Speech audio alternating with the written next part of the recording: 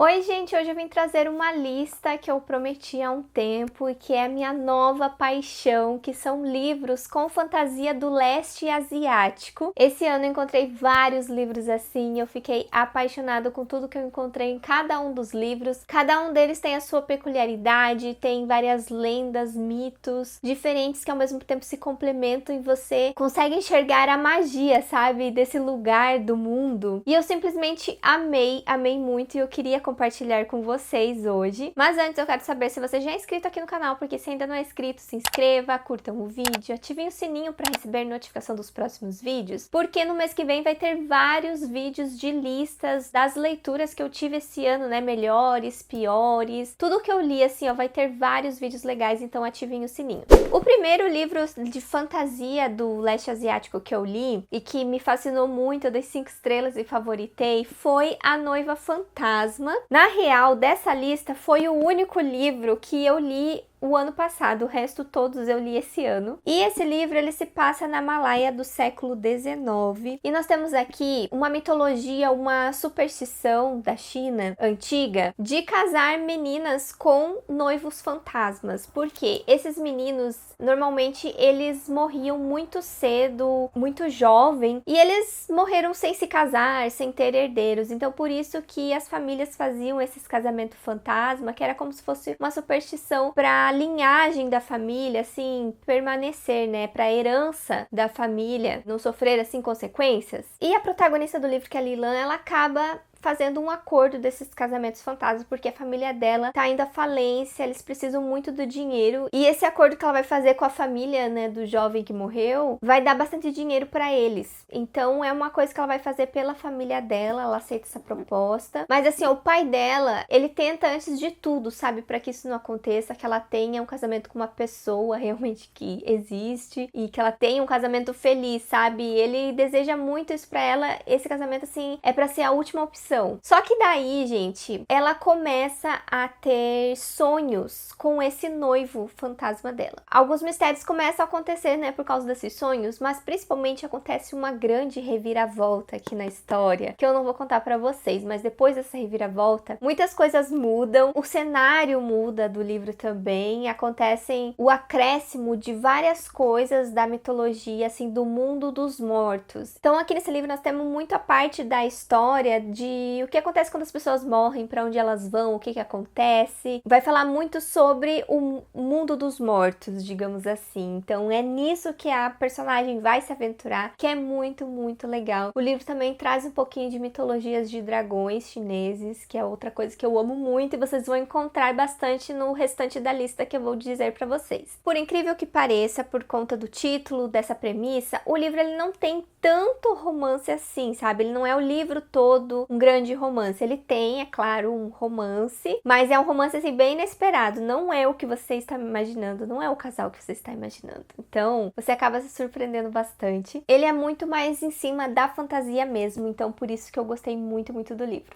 E nós temos também o outro livro dessa mesma autora da Noiva Fantasma, que é A Noite do Tigre, que ele também traz uma outra parte da mitologia da Malaya, também dos anos 30 agora. Esse livro aqui, gente, ele é um livro cheio de superstições. Ele vai tratar muito sobre superstições, sobre coisas de azar e sorte do povo chinês. E aqui no livro nós temos como protagonista os dois personagens que vai alternando entre o ponto de vista dos dois. Nós temos uma dançarina que um dia ela acaba roubando, assim, meio pegando, sem saber direito, de um vendedor um frasquinho, e quando ela se depara com esse frasquinho, ela vê que tem um dedo ali dentro, um dedo decepado. E de quem é esse dedo, gente? Esse dedo é de um senhor que morre aqui no começo do livro, e esse senhor, ele tinha um empregado, um servo, que é o outro protagonista do livro, que é um menino, assim, de 11 anos de idade. Esse menino, ele promete, né, pro mestre dele ali, antes da morte dele, que ele vai atrás do dedo dele, para enterrar esse dedo junto com ele lá no túmulo. Então nós temos, né, a trajetória do menino, que é o Ren, ele indo atrás desse dedo, né, tentando encontrar onde que ele foi parar o dedo para poder enterrar com o mestre dele antes de completar 49 dias, eu acho, ou 49 semanas, agora eu já esqueci. Não, na verdade, ele precisa recuperar antes que termine os 49 dias da alma dele. Não entendi necessariamente aonde que encaixa esses 49 dias. Agora eu já me esqueci. Ai, gente, sou péssima, assim, a minha memória é péssima. E faz pouco tempo que eu li esse livro. E nós temos também a trajetória dessa dançarina. Ela é uma dançarina no caso de ensinar os outros a dançar. É uma casa, assim, onde tem várias dançarinas e elas estão ali para dançar com homens de parzinho. Algumas delas também, né, aceitam outras coisas, assim, para fazer por dinheiro, como se fossem acompanhantes. E ela tá nesse trabalho porque ela tem uma dívida para pagar da mãe dela. A mãe dela tá num relacionamento com o padrasto dela, que é uma pessoa assim que bate neles, bate na mãe dela, bate nela. E no filho dele, né, ela tem um irmão postiço, né, que ele é o filho do padrasto dela. E eles dois, eles se consideram assim gêmeos porque eles nasceram no mesmo dia, só que eles não são irmãos de sangue. E, gente, tem toda uma história também por trás disso, como que esses personagens se conectam com o Ren, que é um menino que tá indo atrás do dedo. O que é esse dedo, gente? É o maior mistério aqui do livro, porque fica muitas coisas de vai e volta em cima desse dedo. Ele é como se fosse um amuleto da sorte, sabe? Mas ele também tá envolvido com um negócio do tigre do livro. E essa mitologia do tigre, ela é em cima de lendas de homens que se transformam em tigres ou tigres que se transformam em homens. Então é muito legal. Então várias mortes acabam acontecendo aqui no livro, fica grandes mistérios sobre essas mortes, quem tá por trás disso,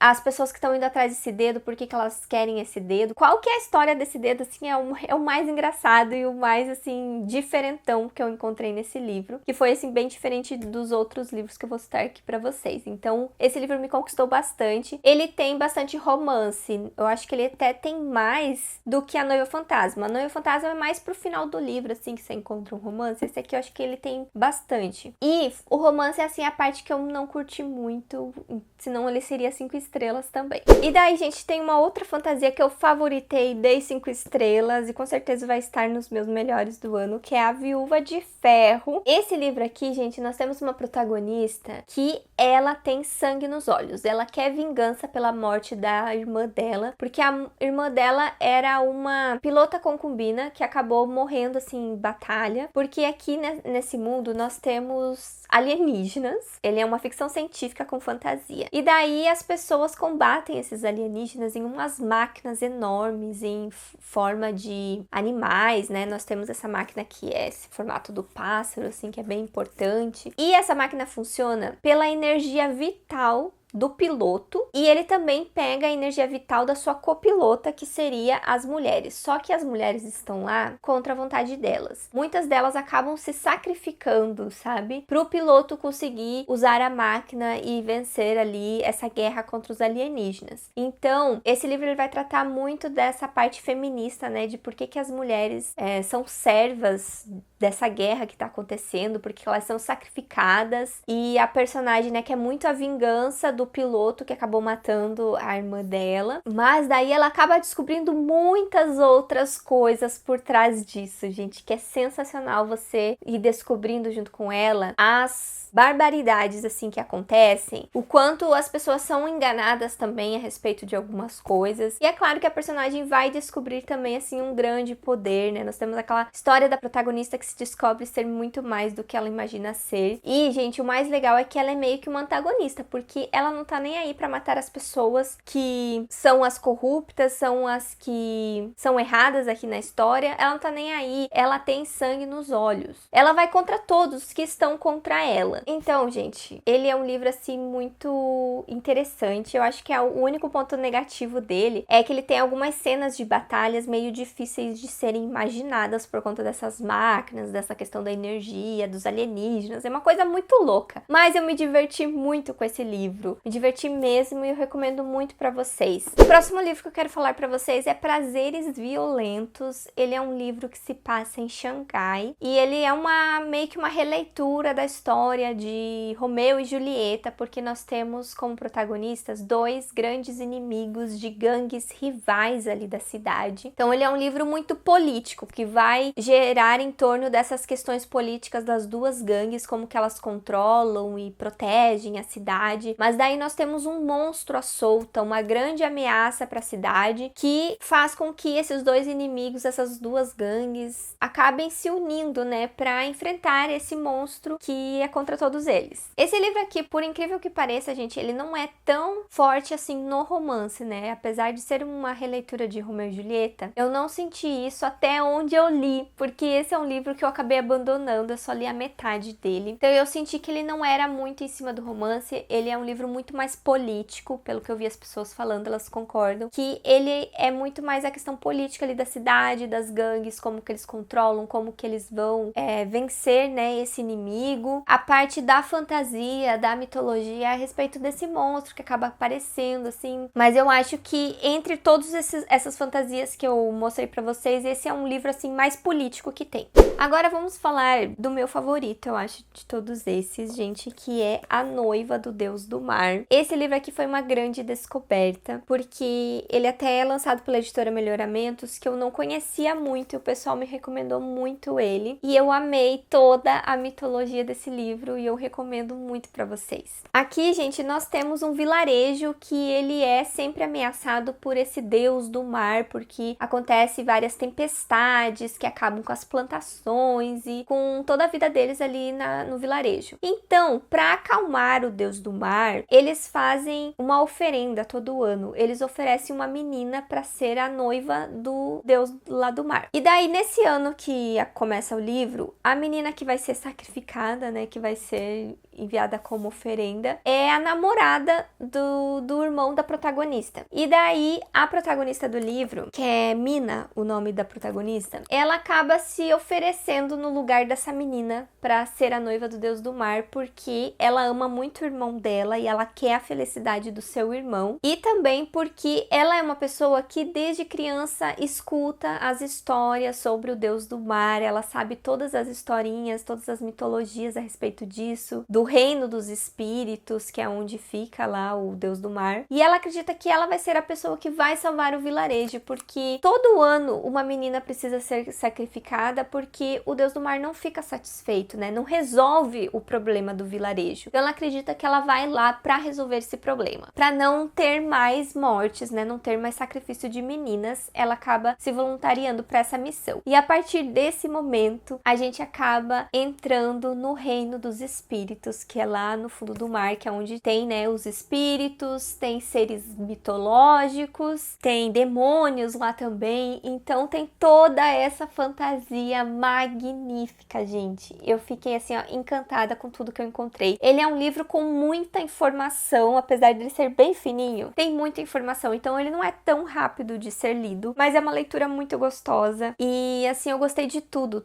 no livro. Ele também tem um romance que é muito, muito fofo, eu amei demais. E ele tem muitas cenas de ação, o tempo todo tá acontecendo uma coisa, a personagem tá em uma missão, tentando resolver alguma coisa. Tem alguns mistériozinhos que podem ser clichês, mas são uma delícia. Uma delícia, gente. Eu amei muito esse livro e ele é o meu favorito de todos que eu recomendo pra vocês. Teve um lançamento desse ano que também tinha que estar aqui na lista, que é Uma Magia Destilada em Veneno. Nesse livro nós temos uma protagonista que acabou de perder a mãe por conta de um chá envenenado. E a irmã dela está morrendo por conta desse chá também. E ela se sente muito culpada pela morte da mãe e por sua irmã estar assim. E a irmã dela era uma aprendiz da sua mãe nesse quesito de fazer chás mágicos, chás com poderes especiais. A arte, né, de fazer o chá aqui que nós temos na história. E ela recebe um convite para participar meio que de um torneio, uma competição nessa dos aprendizes e dos mestres de fazer chá, que está sendo organizada pela Imperatriz, e o ganhador, ele vai ganhar um pedido realizado pela Imperatriz, e tem uma historinha por trás que a Imperatriz, ela tem um artifício mágico que cura todas as doenças que existem. Então ela vê nisso a oportunidade de curar a sua irmã para dar tempo de salvar ela, né? Porque ela tá quase morrendo. Então ela vai no lugar da irmã com esse convite para participar desse torneio aí. É essa a sinopse do livro, gente. Ele tem, como vocês podem ver, uma premissa diferente dos outros livros aqui que eu mencionei para vocês. Nós temos, né, uma arte de preparos de chá diferente. Nós temos alguns poderes mágicos na própria personagem também. Ela vai descobrindo alguns poderes que ela tem. E esse livro aqui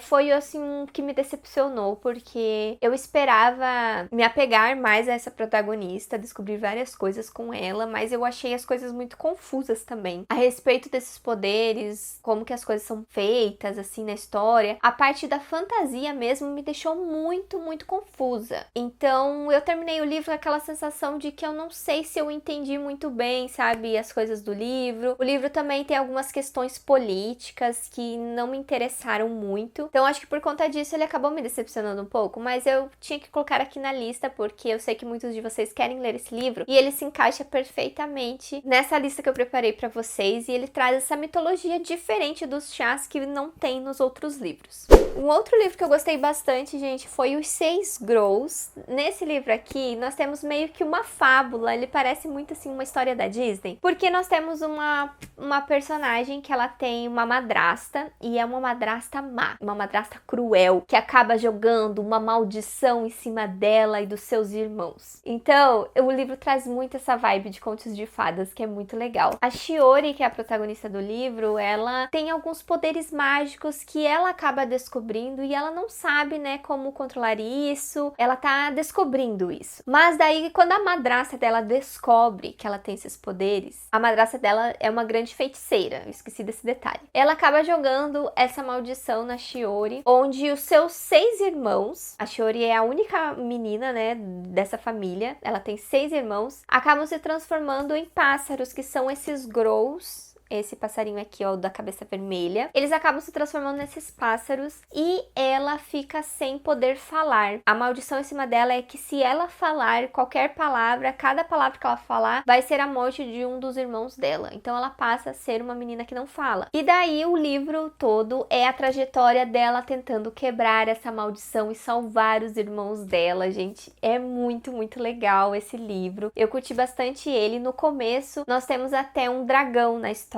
Tem toda aquela mitologia dos dragões chineses, da pérola do dragão, que é incrível e eu amei muito ter encontrado nesse livro. E o mais legal dele, assim, é que o final acaba sendo surpreendente. Ele é um livro que vai tratar muito sobre família e que tem alguma coisa mal explicada nisso tudo, sabe? Ela começa a perceber que não faz muito sentido algumas coisas, isso ter acontecido com ela. Então tem algumas revelações para acontecerem aqui. Esse livro, gente, ele é uma duologia. Eu até esqueci de mencionar para vocês que Viúva de Ferro é uma duologia, Uma Magia Destilada em Veneno é uma duologia, Os Prazeres Violentos, não tenho certeza se é uma duologia ou trilogia. E esse daqui também é uma duologia, a gente vai ter uma continuação. E o final desse livro me deixou assim, ó, doida pra pegar o próximo. Eu quero muito ler o próximo, eu vi a capa dele, assim, ó, também surtei. Eu quero muito saber o que vai acontecer, porque o gancho que ficou, assim, pro próximo livro é muito, muito legal. E, gente, um livrão, assim, ó, que foi o favorito de muitas pessoas é A Guerra da Papoula, gente. Esse livro aqui, gente, ele é um livro, assim, que é baseado em fatos históricos da Guerra do Ópio que teve na China no século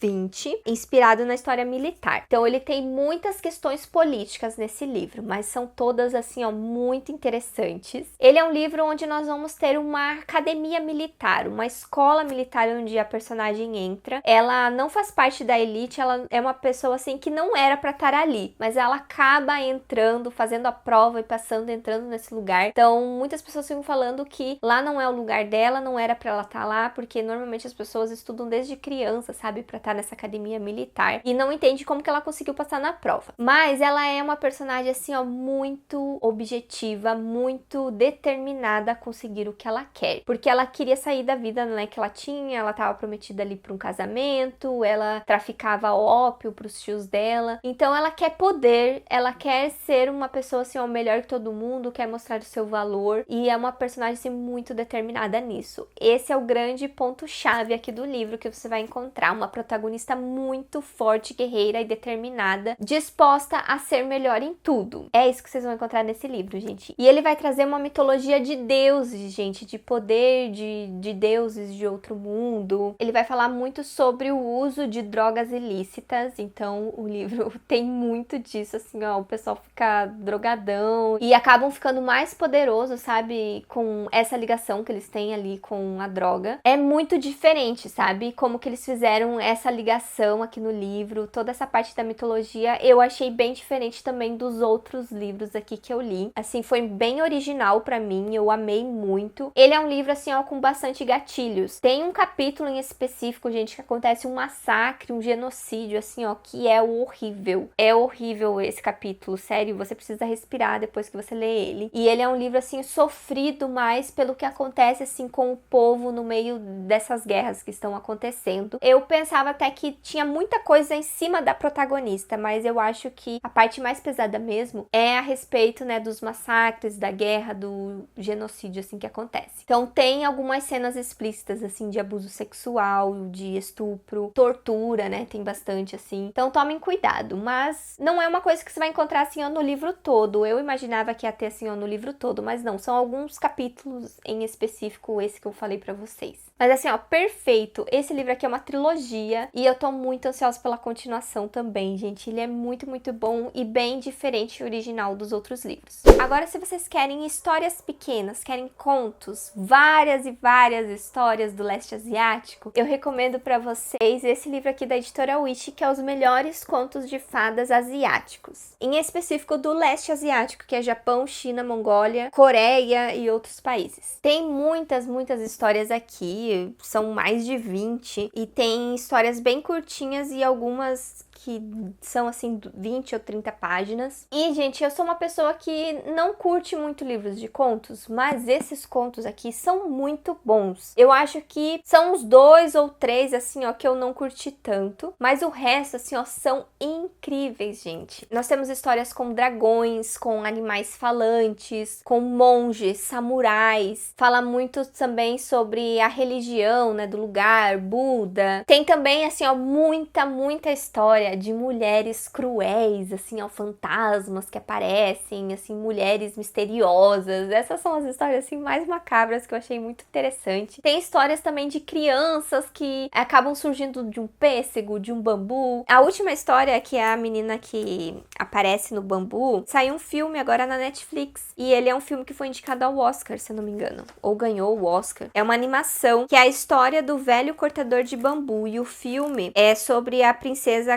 Kaguya. Não sei se é assim que se pronuncia. É a última história aqui do livro, você encontra, que é uma narrativa popular japonesa do século X, considerada a mais antiga narrativa japonesa existente e um dos primeiros exemplos de ficção protociência. Nós temos histórias de vingança, nós temos histórias de família, nós temos histórias fofinhas, histórias tristes, histórias de terror, tem de tudo, gente. É muito, muito legal. Tem também a história da origem dos pés enfaixados, sabem que as mulheres chinesas de antigamente, elas amarravam os pés para terem os pés pequenininhos, né? Era uma coisa horrível e torturante. Então tem aqui a história que eles acreditam que foi a que originou essa moda, né, entre as mulheres chinesas, e eu achei muito interessante esse conto. Tem várias histórias de amor também, gente, romances de um que é prometido com o outro, resolve se casar com o outro, assim, tem muitas fantasias, né, envolvida nisso. Eu acho que todos os contos têm alguma coisa fantasiosa na história. Isso é muito, muito legal, gente. Eu amei muito esse livro para quem gosta de contos, para quem gosta de contos de fadas, principalmente. Historinhas infantis, assim, mas assim, ó, tem umas bem pesadinhas até. Recomendo esse livro de contos. É um prato cheio de mitologias do leste asiático.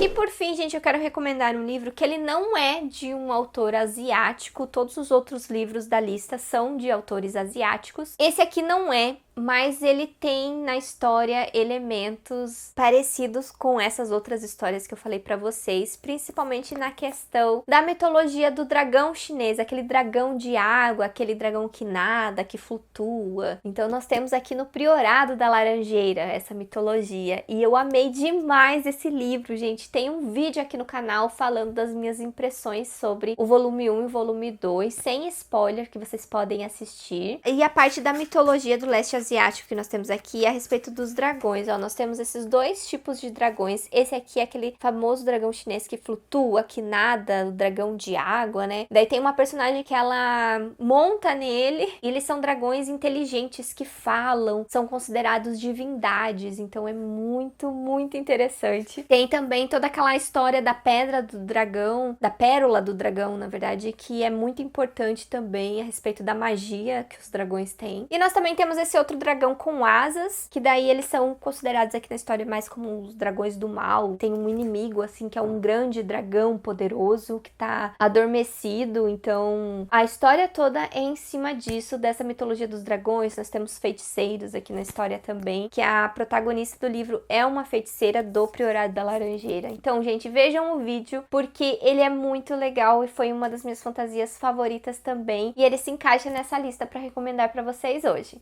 E é isso, gente. Eu espero que vocês tenham gostado das minhas indicações. Agora, eu preciso que vocês me deixem aqui nos comentários uma sugestão de livros com fantasia do leste asiático, porque é minha nova paixão. Eu quero ler mais livros assim. Então, se você tem uma recomendação para mim, deixa aqui também para o pessoal ver nos comentários. E eu vou deixar o link de todos esses livros na caixa de descrição, que vocês comprando com o link do canal acabam me ajudando bastante. E aqui do lado vai estar a playlist com outras listas de leituras que tem aqui no canal. E eu vejo vocês no próximo vídeo. Tchau!